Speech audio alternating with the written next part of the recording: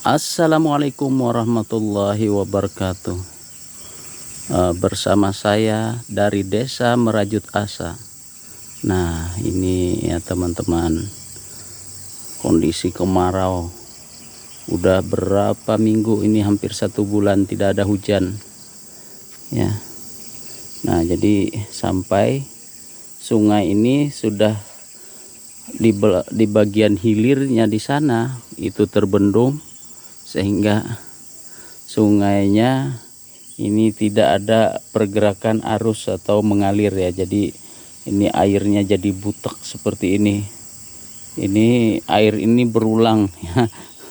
Jadi mereka yang mandi di sini ya, airnya tidak ada pergantian. Airnya air dari sisa pelapukan kayu-kayu yang ada atau sampah yang ada di dalamnya. Nah, seperti itu ya.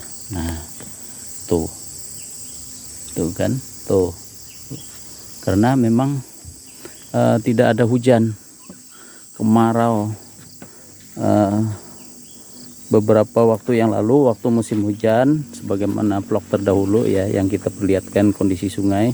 Nah, di bagian hulunya di sana itu ada aktivitas penggusuran lahan oleh pemerintah ya. Karena itu tanah pemerintah, mereka bangun jalan sehingga kalau hujan airnya keruh mengalir ke sungai ini tadi. Nah, begitu kemarau, air yang keruh itu tertampung di situ bersama dengan lumpur-lumpurnya dan sampah-sampah dari dedaunan ya. Tapi bukan sampah plastik, tapi sampah daun dari hutan ini, hutan kebun karet yang semuanya tidak terawat lagi, baik yang milik kami ini maupun milik tetangga di situ juga tidak terawat lagi ya, karena memang kebun-kebun tua. Oke, ini gimana kondisi bibit kita. Saya perlihatkan setelah hampir 1 bulan ya.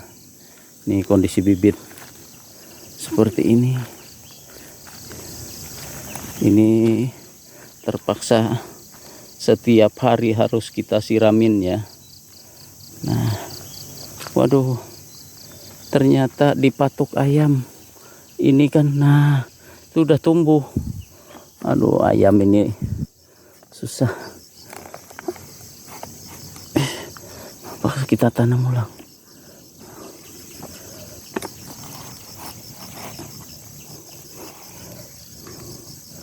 Ayam mengganggu.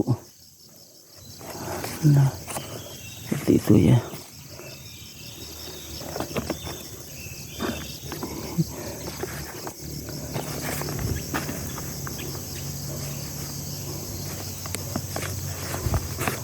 Sudah tumbuh di patok ayam. Ini juga ini ada. Nah, di patok ayam. Dia kalau masih kecil dikiranya makanannya, jadi dipatokin. Nah, itu juga. Aduh, ini inilah kondisinya ya teman-teman. Kalau ada ayam tetangga yang ganggu, padahal perakarannya sudah tumbuh ya, perakarannya sudah tumbuh.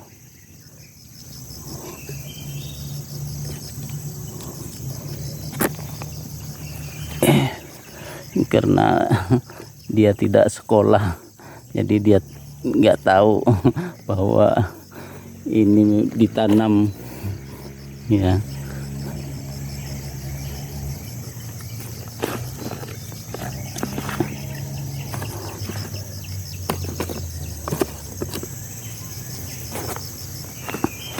Kita tanam ulang, mudah-mudahan dia tumbuh ya.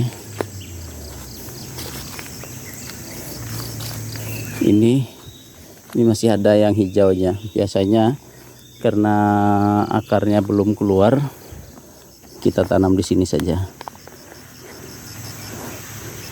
Jadi dikiranya makanannya.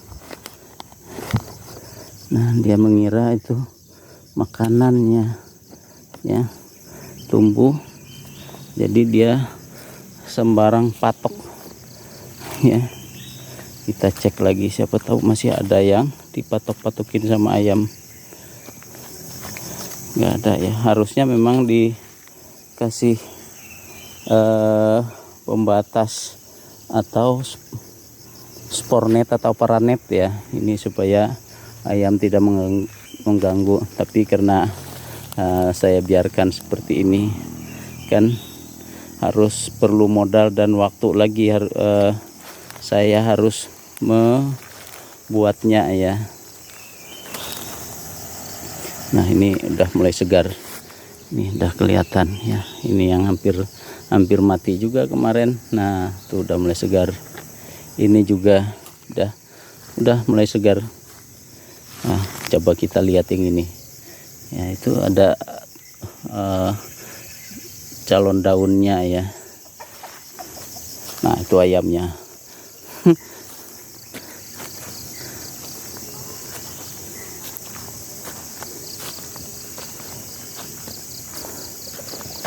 Ini nakal, kita lempar dulu ayamnya, kita buru. Wah, ayam semua ya. Tuh ayam, no tuh, lari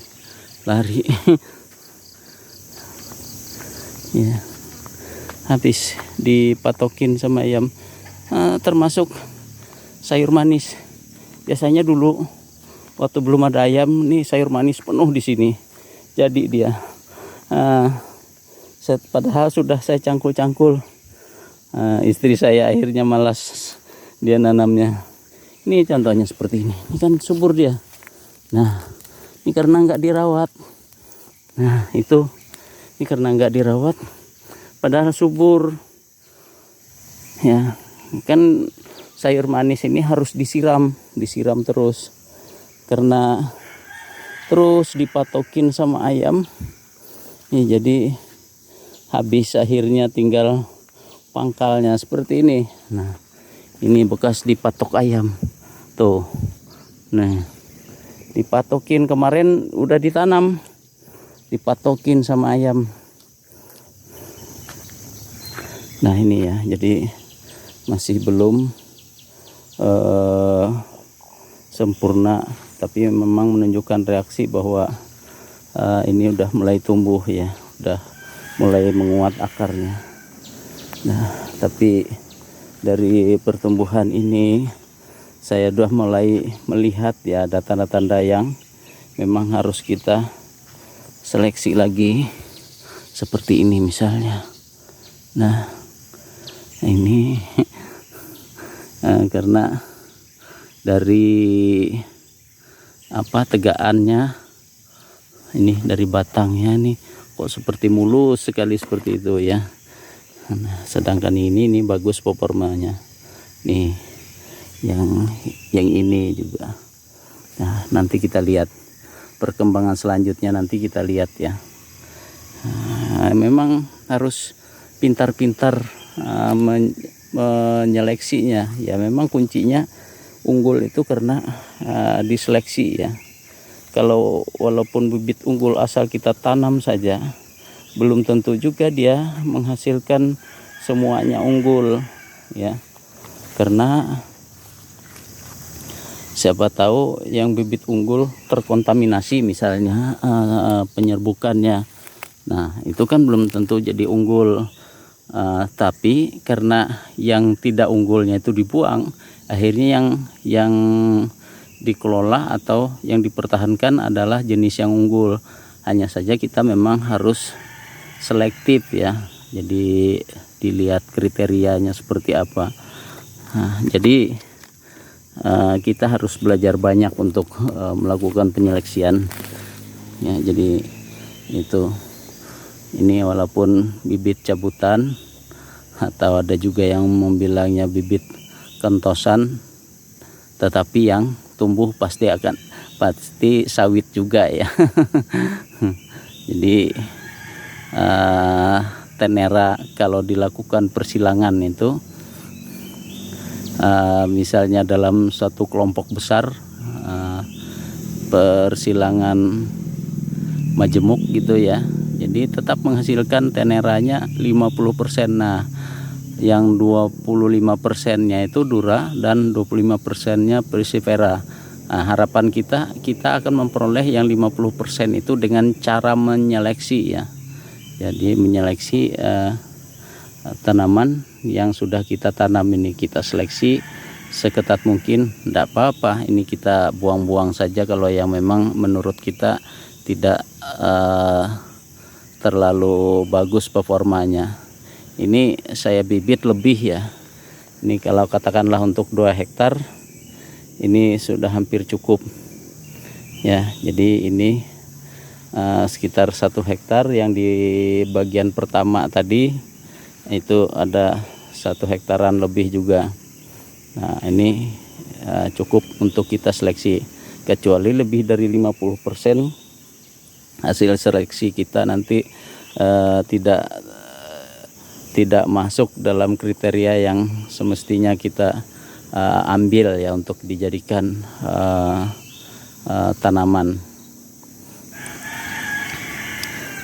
Nah, jadi seperti itu. Jadi kalau dia 50% bisa kita ambil, kemudian tambah katakanlah dura itu kita pertahankan sementara waktu 25%, artinya kita sudah memperoleh 75% dari bibit itu, katakanlah bibit yang dikatakan unggul menurut versi kita.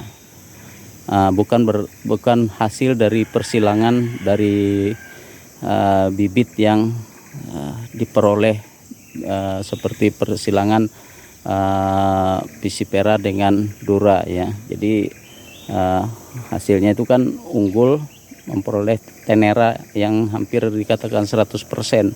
Tapi kita unggul di sini adalah unggul dari sistem seleksi ya. Jadi karena persilangannya kan persilangan majemuk tadi dalam satu lahan.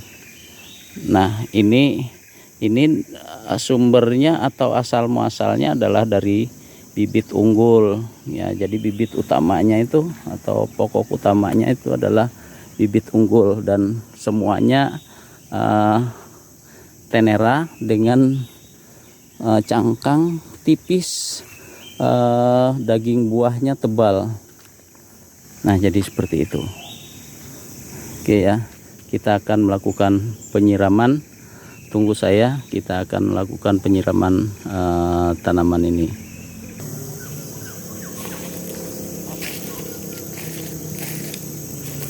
Baik ya, jadi kita akan melakukan aktivitas kita untuk melakukan penyiraman.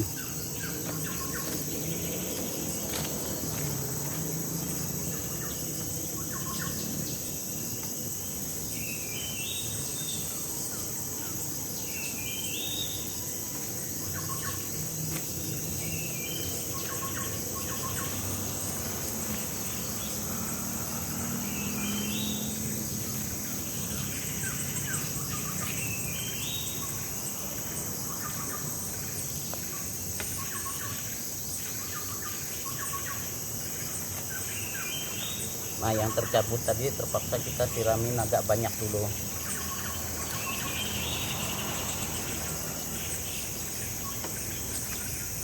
Biar dia kuat kembali ya.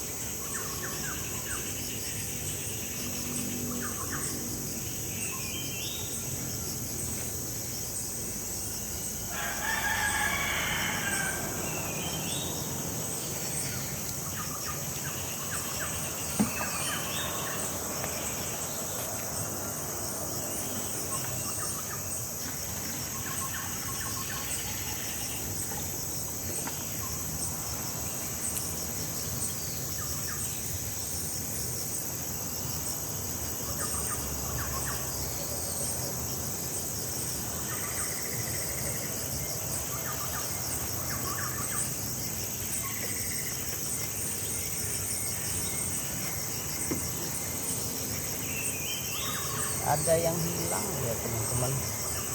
Ini dipatokin sama ayam, hilang. Kemana dia?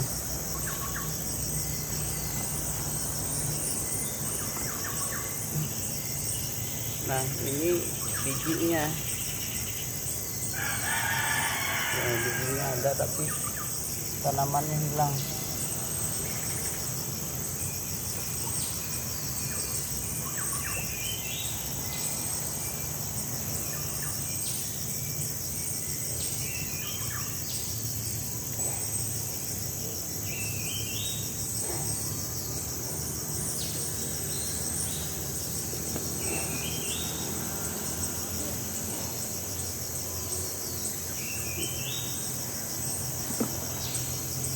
Ternyata ini dia. Nah ini kan akarnya, ini akarnya sudah ada, tapi karena dipatok ayam kita tanam lagi.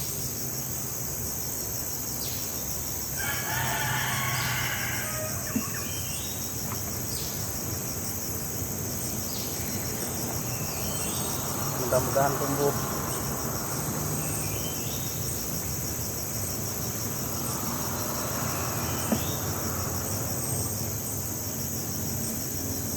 Kencang ini.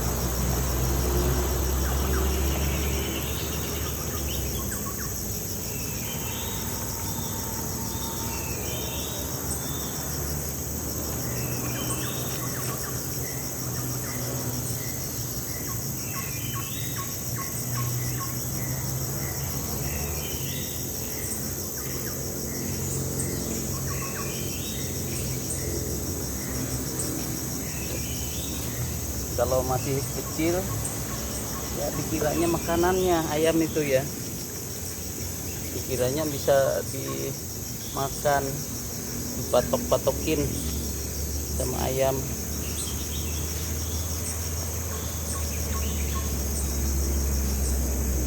Ya, itulah kendala kita karena ayamnya berkeliaran, tidak dikandangkan.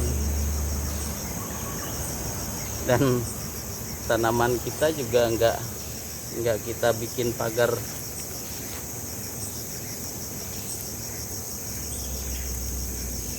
Ya jadi ini sambil beraktivitas ngobrolnya ya teman-teman.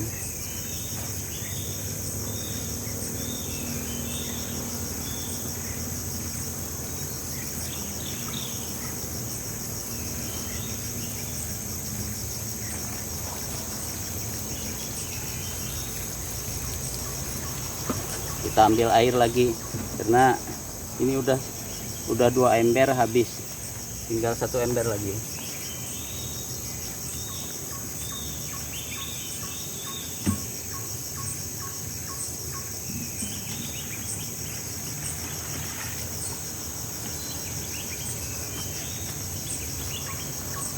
Nggak nyampe ya teman-teman, nggak nyampe 1.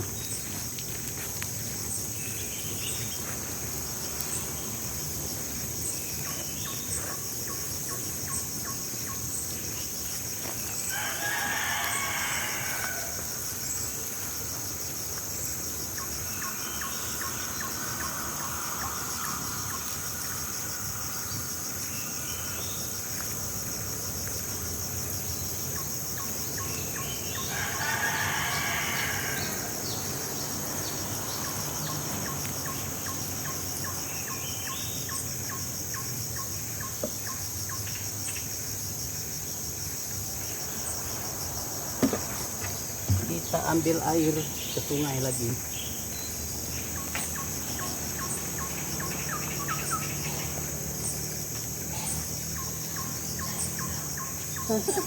Ya. pulang uli ko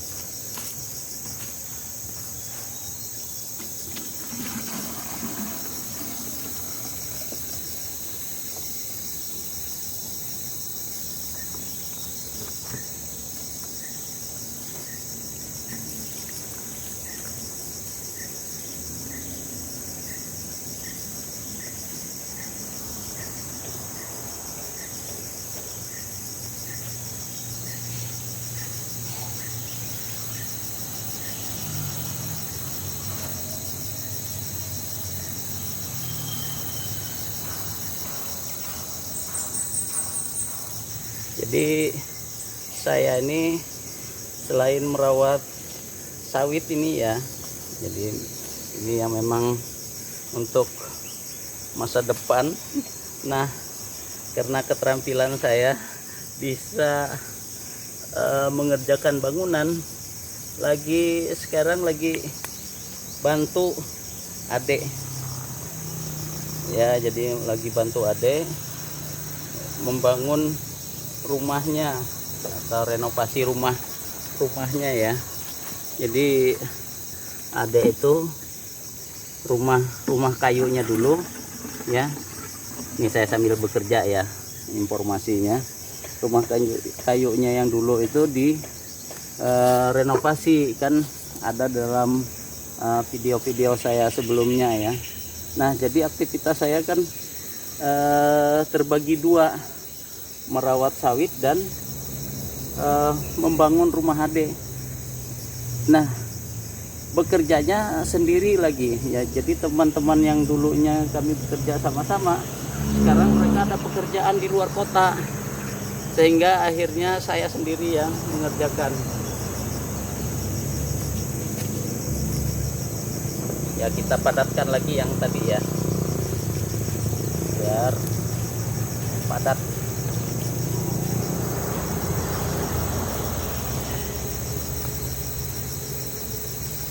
Tekan aja, termasuk yang ini tadi.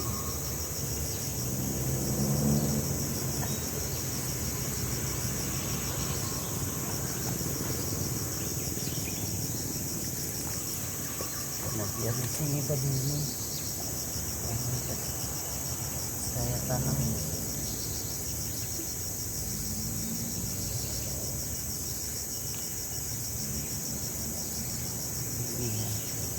Ada bibit sawit. Nah, ini udah selesai. Yang kecil-kecilnya, yang besar lagi.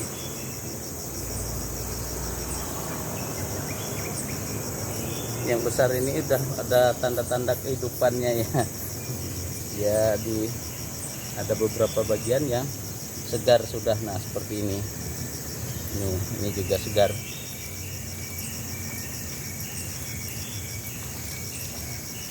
Nanti berdasarkan kriteria yang ada ya,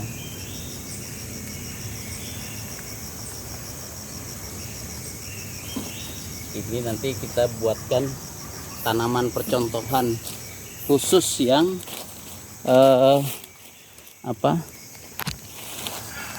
yang sudah besar itu. Nah, yang ini kan sudah mulai ada tanda-tandanya ya. Nah, ini udah segar. Nah, sedangkan yang ini barusan dia nongol. Nah, ini ada 2. Ini ada tanda-tandanya. Kita lihat nanti apakah performanya bagus atau tidak ya. Setelah daunnya memang betul-betul sempurna pertumbuhannya. Ada juga yang masih ini hidup segan mati tak mau. Kita lihat sawit ini menurut sepengetahuan saya adalah tanaman yang bandel. Karena kenapa saya katakan demikian? Saya itu sering menebas atau membersihkan lahan saya. Banyak atau sering saya jumpain anakan sawit. Saya tebas saja. Saya tebas-tebas sedemikian rupa, tapi nanti nongol lagi tunasnya. Jadi dia bertunas seperti yang di bawah pohon duren sana. Itu tahun kemarin saya potong, hampir habis. Sepanjang masih belum tergali bonggolnya atau pantatnya itu dan dia bisa mengeluarkan tunas, maka dia akan tumbuh lagi. Buktinya sekarang tumbuh lagi. Oke, ayo kita ke bagian atas lagi ya. Nah, ini atas itu menanjak seperti ini ya.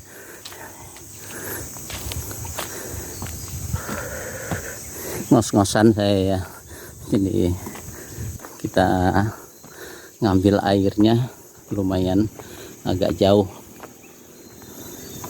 Nah, yang sana yang mau kita siram lagi.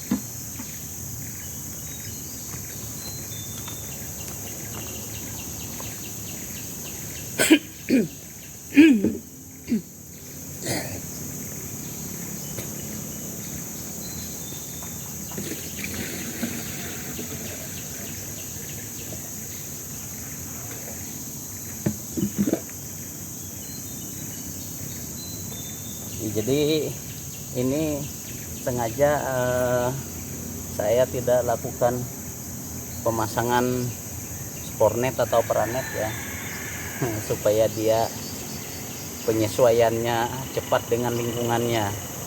Selain itu kalau dia ada yang mati kan dia terseleksi secara alami. Nah,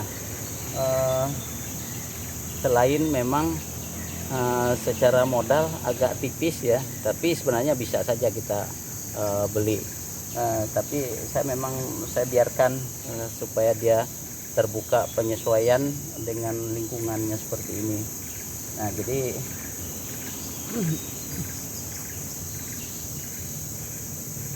Yang penting kita rawat saja, kita siram dulu ya.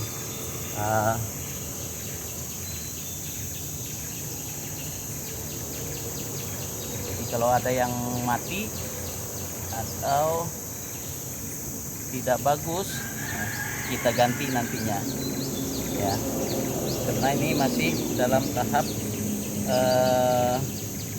memelihara batangnya dulu sampai dia betul-betul sempurna tumbuhnya, baru kita lihat performanya yang memang baik untuk bisa ditanam atau dirawat ya, dirawat sampai dia layak tanam nantinya.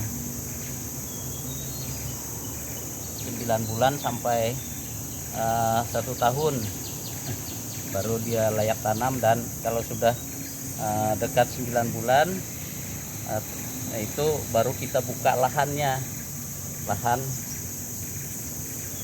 lahan yang memang untuk kita persiapkan nanam sawit ini ya. Ini saya menggunakan polybag ukuran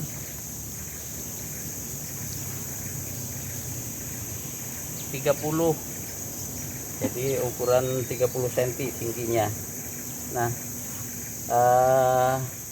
saya tidak akan melakukan pemindahan lagi ya, jadi pemindahan katakanlah ke polybag yang lebih besar, enggak lagi ya. Jadi ini nanti saya biarkan sampai dia berumur 9 bulan sampai 1 tahun. Jadi tidak kita pindah-pindahkan lagi. Kalaupun ada yang tidak bagus performanya, tinggal kita cabut, tanam ulang. Ya, kita cabut ya, kita buang atau kita singkirkan, kita musnahkan, kita tanam ulang yang baru. Jadi biar dia tidak lagi berganti-ganti tempat, supaya perakarannya tidak terganggu ya. Jadi seperti itu.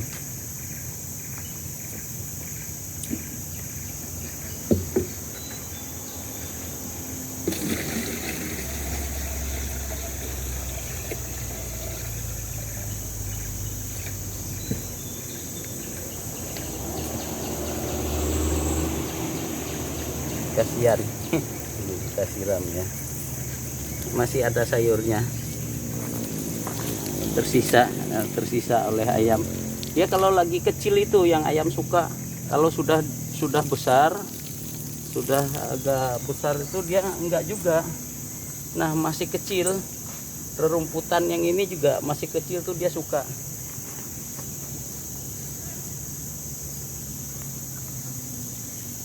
Jadi ayam itu kalau melihat pucuk muda dia patokin terus ya.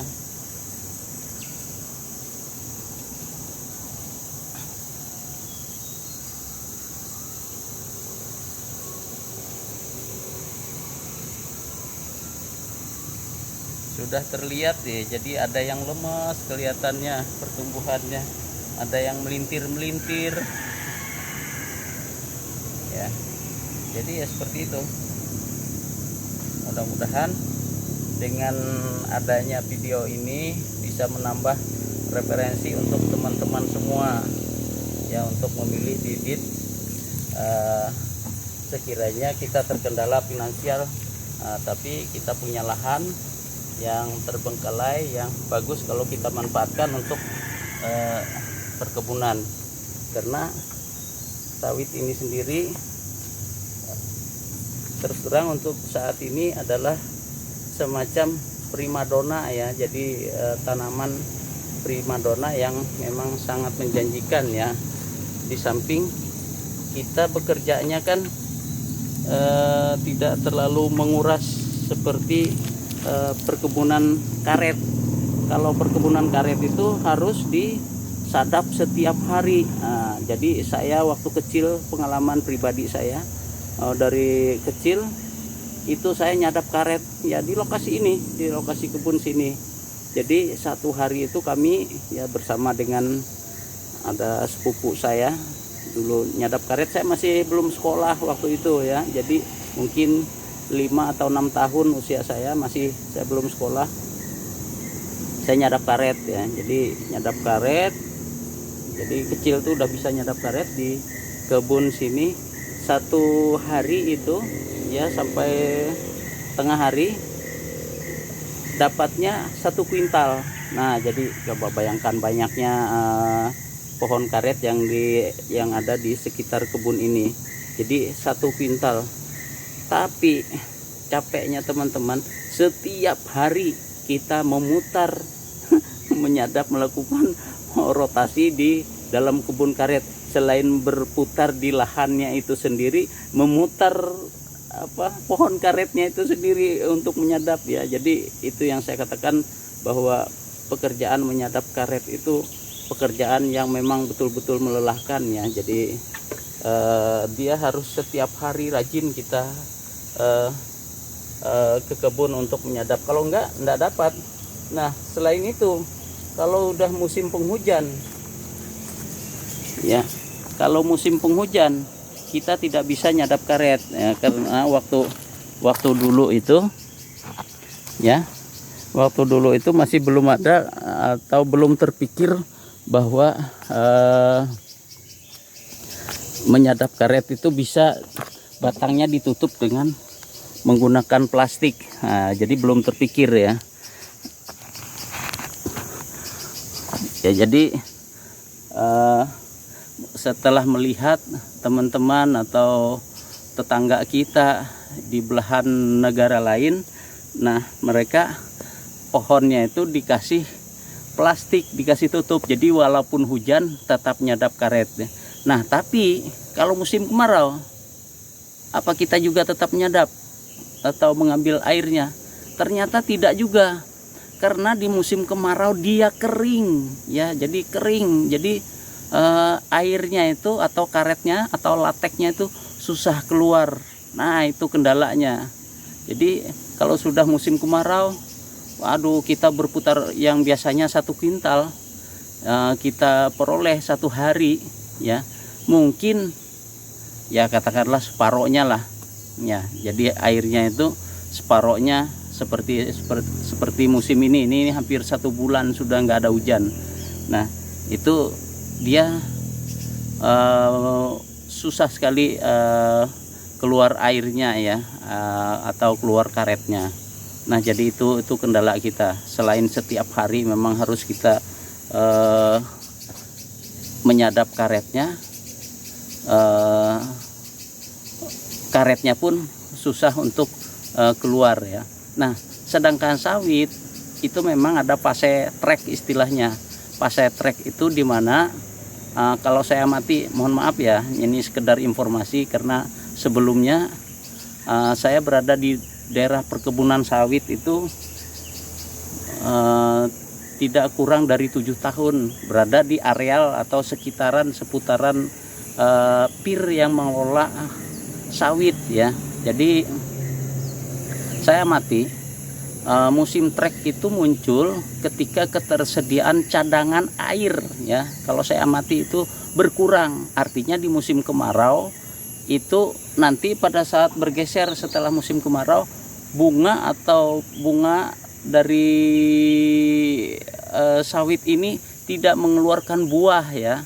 Jadi ketiaknya itu tidak mengeluarkan buah, baik bunga jantan maupun bunga betina apalagi ya. Jadi nah ini, tetapi kalau yang dekat, saya amati ya, dekat-dekat dengan pesisir sungai yang masih ada airnya, dia normal-normal saja sepanjang proses pemupukannya bagus. Nah, tapi di daerah yang agak tinggi itu memang saya amati ini pengamatan saya ya, mohon maaf kalau kiranya keliru. Jadi kalau di daerah yang agak tinggi, yang jauh dari air, nah dia akan mengalami trek teman-teman. Nah, jadi kita bisa berpikir sebenarnya kalau kita mampu untuk memanipulasi situasinya, katakanlah di bagian atas itu kita buatkan semacam parit ya. Ini pikiran saya saja, atau kalau mau sistem tetes ya. Ini teknologi yang sekarang ini kan, kalau misalnya kita taruh saja di bagian yang tinggi-tinggi itu buatkan atau pasang tandon-tandon ya. Tandon itu kita isi air. Ada beberapa, misalnya beberapa titik kita letakkan, kemudian di dalam tandon itu kita kasih pupuk sesuai dengan takarannya. Nah, lalu kita alirkan ke batang-batang atau batang-batang sawit ini, sehingga dia sistem tetes.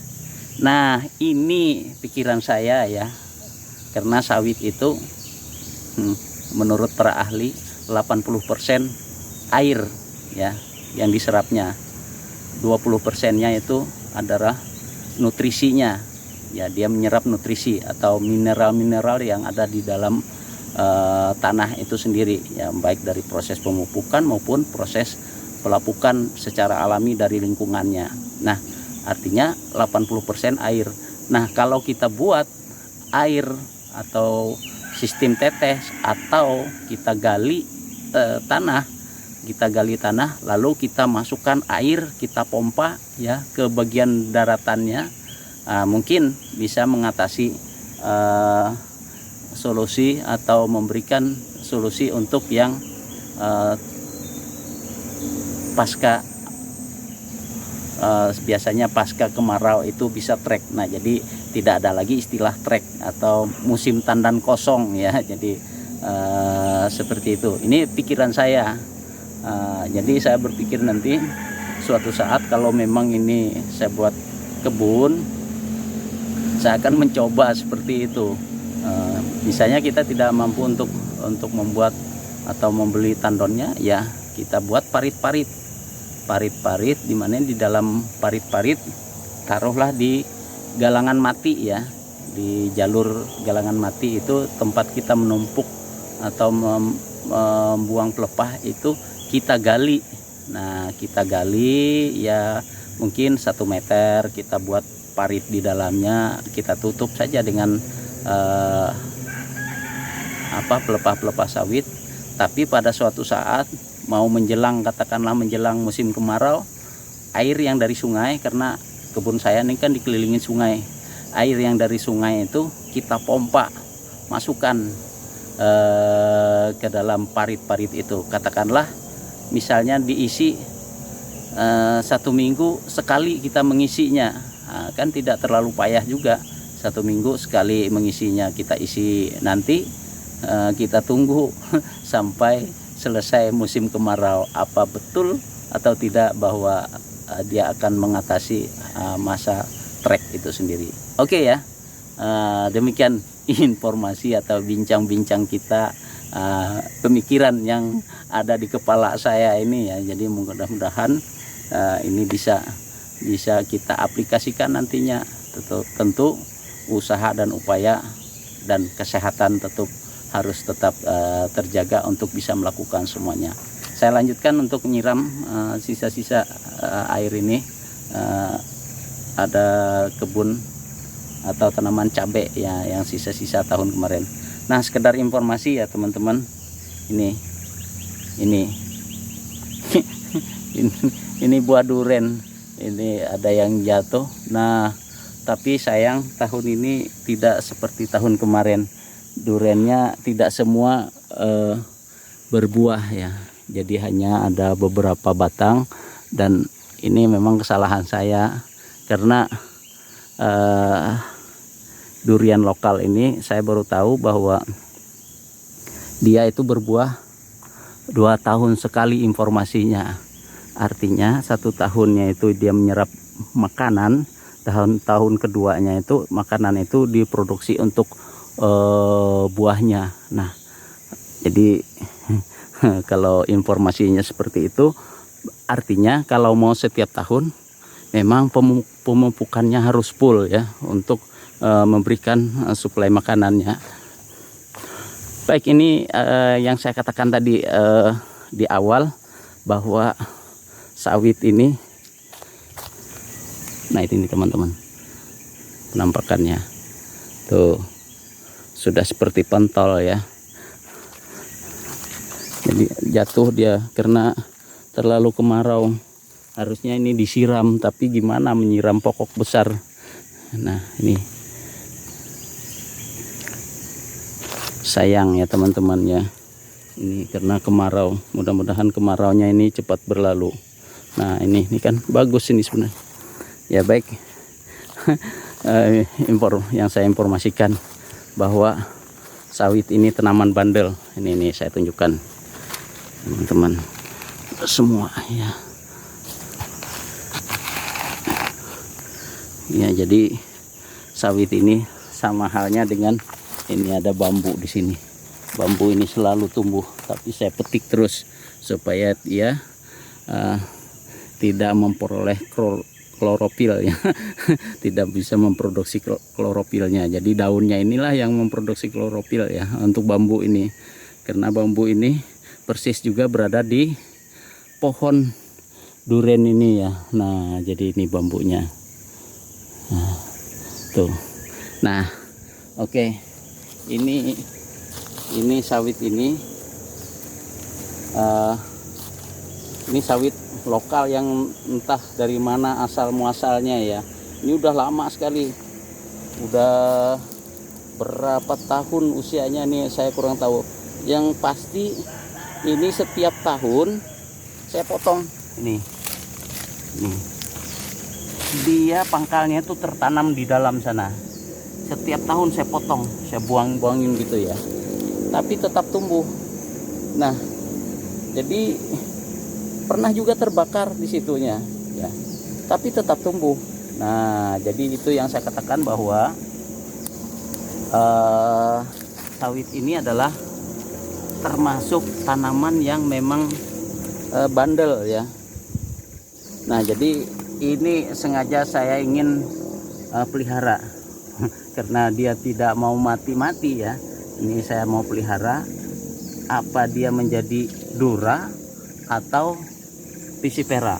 Nah, kalau dia menjadi pisipera, kita ambil bunga jantannya untuk kita lakukan persilangan mencari dura sebagai betinanya. Nah, tapi kalau dia menjadi dura, kita cari pesiperanya. Kalau ini bagus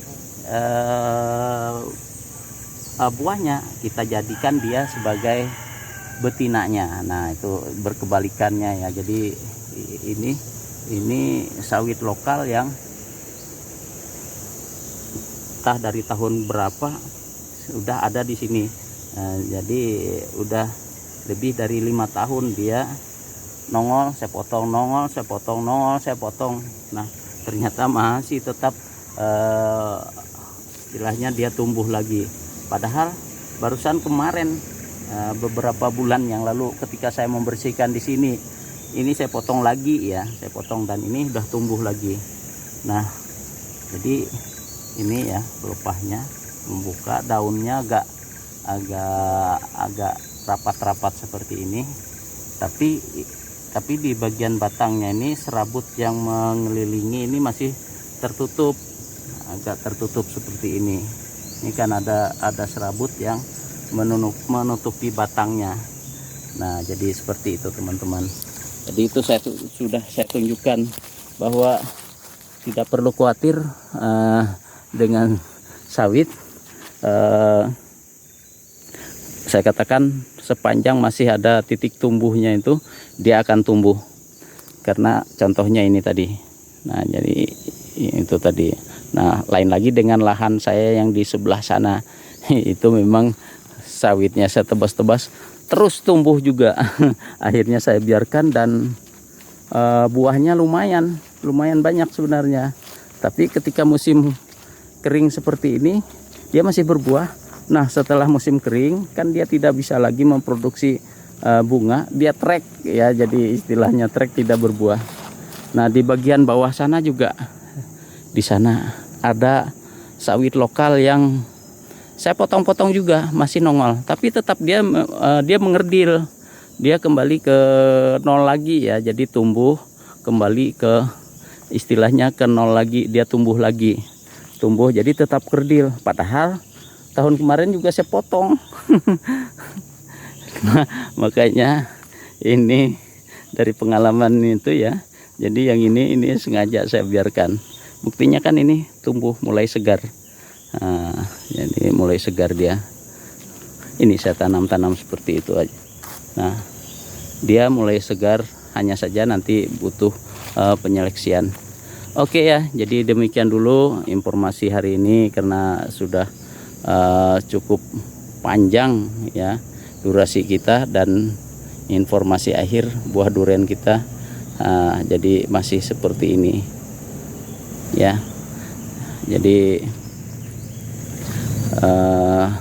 mudah-mudahan durian ini ada hasilnya nanti supaya bisa menambah income kita ya untuk merawat atau membuka lahan ya, walaupun sedikit. Tahun ini tidak seperti tahun kemarin. Tahun kemarin saya lebih duluan buah durian kami ini keluar ya, sehingga kita bisa pasarkan lebih awal ketimbang di tempat-tempat lain. Nah, jadi begitu kami selesai baru durian di tempat lain keluar.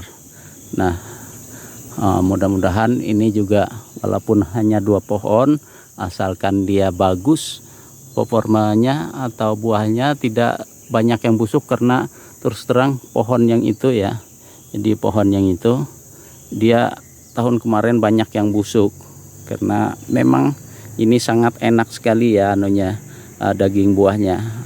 Jadi ketimbang yang lain dia enak sendiri ya, jadi itu manis, tebal, dan rasanya itu legit sekali. Nah, demikian yang bisa kami informasikan.